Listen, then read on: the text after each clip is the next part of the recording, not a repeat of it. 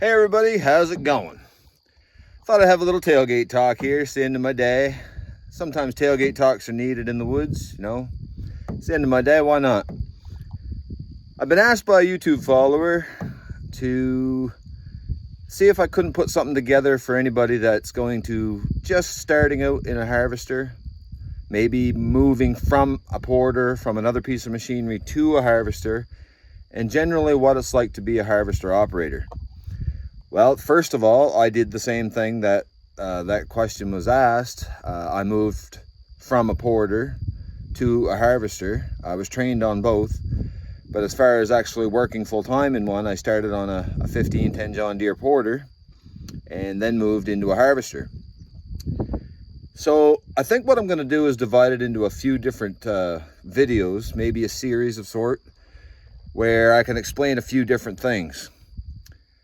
First of all, I think what we'll do is discuss just the basics of what it is in a harvester man. As far as I'm concerned, a harvester man is the lead on a site. You're the first person on the site usually, unless you have a feller buncher there. But you're the first person to either get to a site. You could be cutting the road, and that road will be built before you get cutting the site. Once you get on the site, you're responsible for the setup, for the quality of the wood that's going off that site, which is major, because if you put out 30,000 tons of not good quality wood, it's no good to anybody, or rotted wood or anything like that. So you're responsible for the quality of the site. You're responsible for knowing all of the areas that are notable areas in the site. So waterways, property lines, possible like stick nests, bear dens, they're usually noted, and you're usually in contact with your site supervisor or whatnot, and they're going to go over that with you. So first of all, when you land on a site, you're going to be on the float, you're going to come to the site, and you're going to be handed a work order or a digital work order, which would be on your HarvNav. And they're going to discuss everything with you when you get there. You're going to be shown if you have to cut the road, there's ribbons usually to follow for the road, how they want it cut so that the dozer, excavator, things can get in and do their job. Once the road is cut, sometimes you leave again and come back. Sometimes you just start cutting the block. Well, right after the road's done, you cut the road frontage. The frontage is where the porter will actually pile all of the products. So you want to make sure that there's lots of room for both the width of the porter and the width of the wood. So my longest product here is 16'4" plus the width of the porter. So I want to give a pretty good wide swath all around the road in order to do it. The other thing that you're going to be cutting is a turnaround. And usually the turnaround will be on the driver's side, so that when the trucks drive in, they're going to drive past the turnaround and they're going to back in on their driver's side, on their good side, so they can see where they're going. Most of the time it's not on the passenger side. If it is, only one of two things. Either you're in Europe or someplace where you drive on the right hand side of the vehicle, or there's something on the left side that you cannot do a turnaround in, like a drop-off, waterway, something like that, and you have to cut into the opposite side just to get it done. Most of the time, if they do that, they set it up so you can drive into the turnaround, back around, and you're still seeing things on your good side as a truck driver. And they only do that because you could be driving in the dark. You know, trucks have a tendency to lose a light here and there, a backup light on a trailer, happens a lot. So, you know, they come to a site at 3 o'clock in the morning to get a load and no backup lights. At least they can look out their back window and kind of see what's going on, or look out the side window. Most of the time, most of the good truck drivers will be able to look after that stuff. So that's as far as the roadway. That's how we get started. The work order will also say things like your lengths, your specs, what products you're going to take.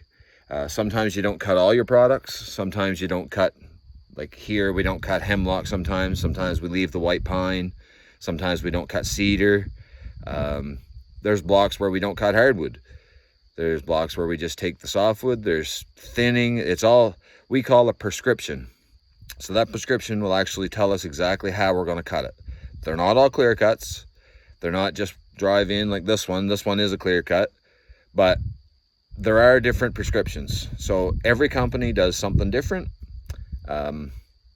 Most of them have somewhat of an area to manage, some to clear, and some to sell to other mills, things like that, because you could have a block that is completely hardwood and it being private.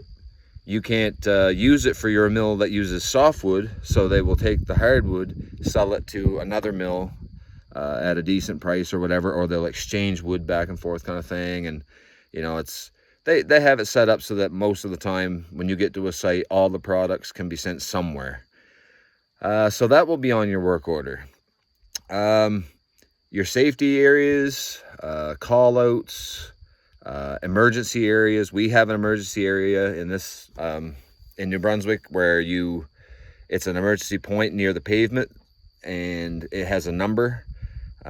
If not, it's an address, and it'll say on the work order emergency, I don't know, emergency point, whatever route this or road this, and then it's an easy place for the ambulance or emergency services to get to you or somebody else. So, you know, let's say somebody's on site and they fall or break an ankle or something like that. Well, we can get them to the road, get them to the pickup, take them out there if we have to call an ambulance. You know, it's not rare. We've had heart attacks and strokes on site too. My father, he had a heart attack, a bad one years ago. Right at shift change, just luckily he was close enough that he could holler to the boss, and the boss came and got him and made a quick trip out of the woods. You know, he was an hour's drive, and it was quick, but he made it. He's still around today. And we've had a situation where we've had a stroke on site. Young porter operator, he you know, get in at work that morning and started calling for help. He started losing the feeling in his arm. I don't know if he made it to the road with the machine before he passed out or whatever happened. I wasn't on that site, but the other guys were telling me, and they had to make arrangements to get him out, get him to an ambulance bay, get him somewhere so that they could take care of him. So that stuff there is stuff we have to make sure we understand and we look after. There's a lot of different threats on a site. So now that we've got the work order pretty well covered, the harvester guys usually have the service trailer, either trailer, fuel truck, whatever, fuel trailer even. I just carry a fuel trailer and I carry my tools on my truck. Whatever else is in my machine is basically what I need for the, you know, any maintenance, anything that has to be done to the machine. I usually carry it. Any hoses, stuff like that, they're in the machine or on my truck. Some people carry like 16-foot enclosed trailers with grinders, welders, all that stuff in them. Most of the time when you're going to the site, the harvester guy will be the one looking after that.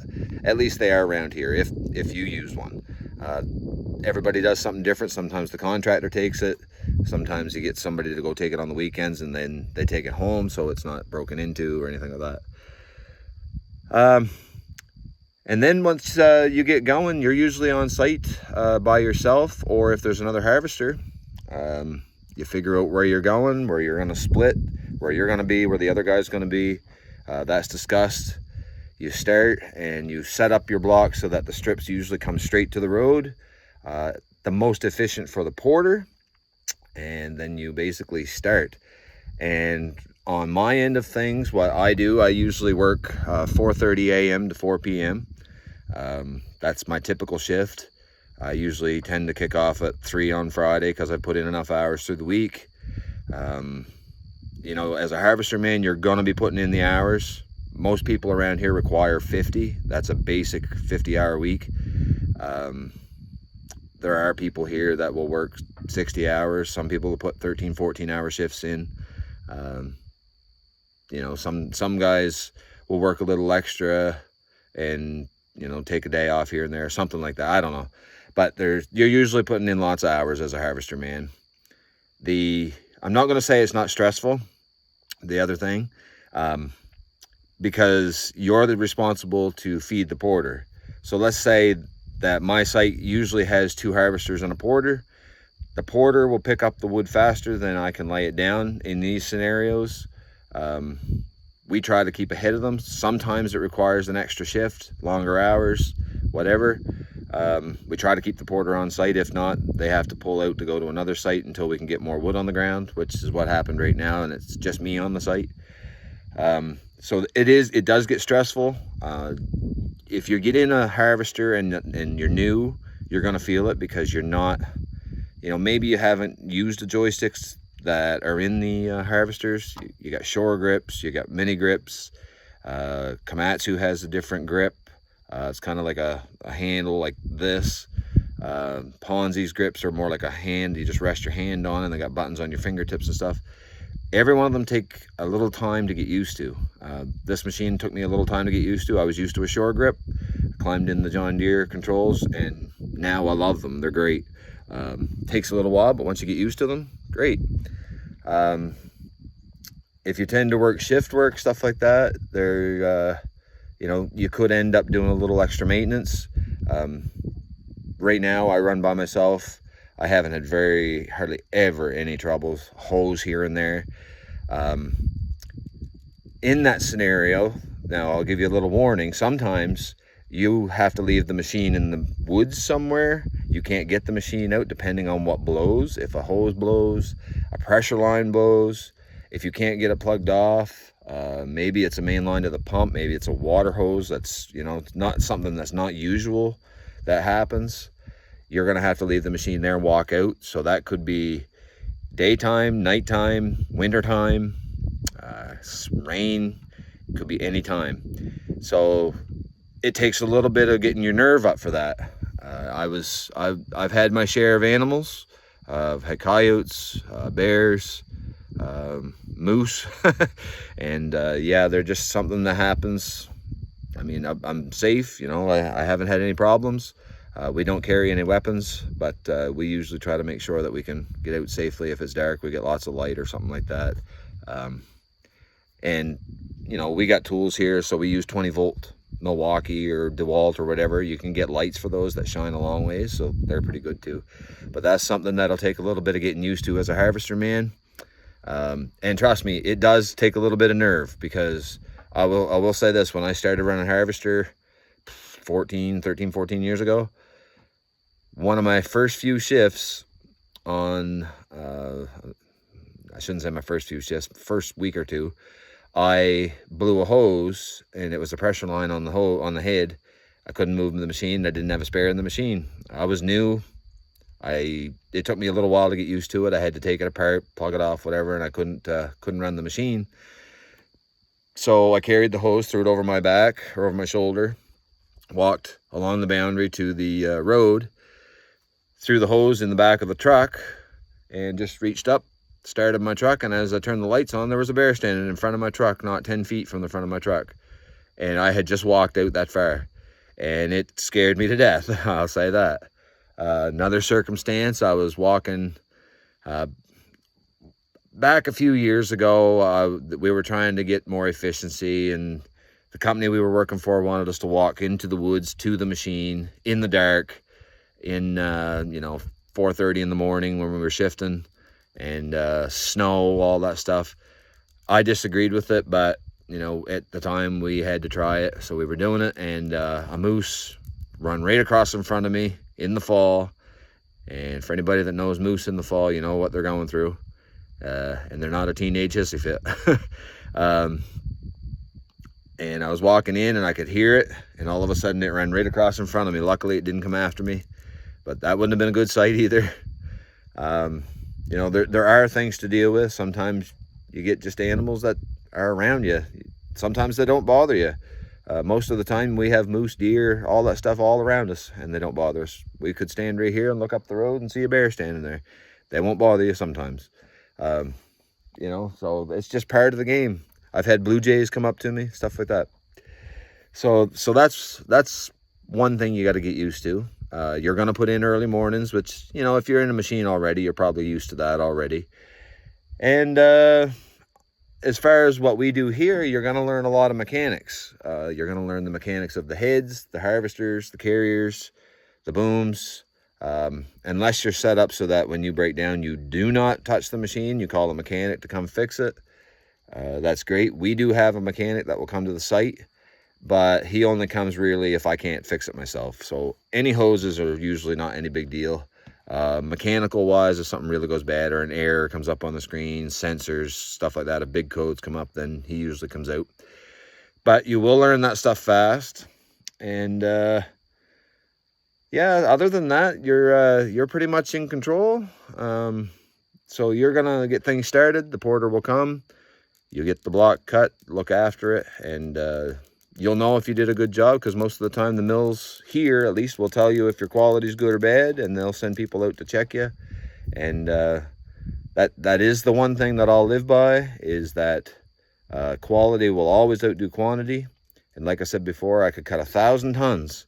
If I cut 1,000 tons of good quality wood and it's all acceptable wood, then the company should be making money. If I cut 1,000 tons and half of it is rotted, crooked, and they can't use it at the mill, they're not going to want to pay for it. So, you know, that you got to look after quality first. The last thing I'm going to leave you with for this right now is a word of advice that was given to me by my father. When I started working in the woods, he basically looked at me, and he run logging equipment. He had his own equipment. He had his own excavators, own dump trucks, everything years ago, but then, you know, finished off in the woods for the last 20, 30 years. He said, you need to learn, you need to be cautious and you need to be steady instead of ripping things apart, for 3 reasons. If you break down, the first reason, if you break down, you're losing cutting time. So the machine is down, you're losing cutting time that you should be making money. Second of all, you're replacing the parts, the hoses, or anything that you've damaged have to be repaired or replaced. So you're costing money on that. So you're losing money, you're costing money. And the third, most of the time, you're paying an operator or paying a mechanic to work on it as well. Or if it's bad enough, you have to get somebody like Brandt or any of these companies that look after these machines to come out. And then it gets really costly. So you're costing 3 different ways. Right off the bat, any breakdown usually costs in those 3 ways. So I try to stay steady, I try to stay smooth, and I don't like to break down because I don't like to get out of the machine. I'd rather be sitting in it than working on it. And I just hope that those 3 points will stick with you. And if you do, I'm pretty sure you're going to get to the top and you'll become a very good operator. So until the next part of the series, I hope this is a big help. We'll see you later.